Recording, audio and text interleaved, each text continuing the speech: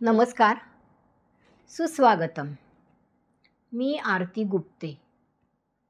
आज मी तुमच्यासमोर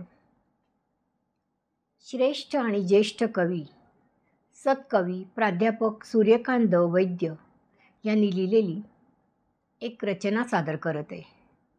कवितेचं शीर्षक आहे टिच्चून राहावे. ऐकूया तर.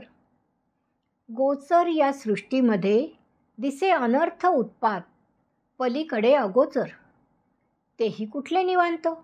गोचर या सृष्टीमध्ये दिसे अनर्थ उत्पात, पलीकडे अगोचर तेही कुठले निवांत. डोळ्या देखल्या द्वंद्वाने काटा फुटे अंगावर, डोळा देखल्या द्वंद्वाने काटा फुटे अंगावर. दृष्टी आडचा सागर प्रलयाच्या काठावर, दृष्टी आडचा सागर प्रलयाच्या काठावर.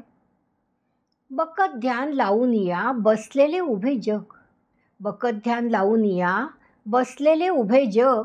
भडकते अंतरात रिक्त खळग्याची आग, भडकते अंतरात रिक्त खळग्याची आग. इथे दुःख तिथे सुख ऐसे फुका म्हणू नये, इथे दुःख तिथे सुख ऐसे फुका म्हणू नये.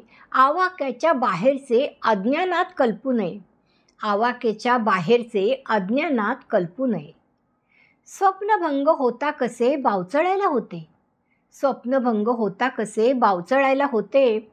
आणि अशक्तशा देही फक्त पेंग रेंगाळते, आणि अशक्तशा देही फक्त पेंग रेंगाळते. कंगालांच्या मेळाव्यात कशासाठी सामीलता, कंगालांच्या मेळाव्यात कशासाठी सामीलता. पिचलेल्या बासुरीचे सूर कशाला लावता, पिचलेल्या बासुरीचे सूर कशाला लावता. पाप पुण्य कल्पनेचा उगाबाऊ करू नये, पाप पुण्य कल्पनेचा उगाबाऊ करू नये. आहे तवर इथेच कसे टिच्चून राहावे, आहे तवर इथेच कसे टिच्चून राहावे. धन्यवाद. कवी आहेत प्राध्यापक सूर्यकांत वैद्य आणि सादरकर्ती आरती गुप्ते.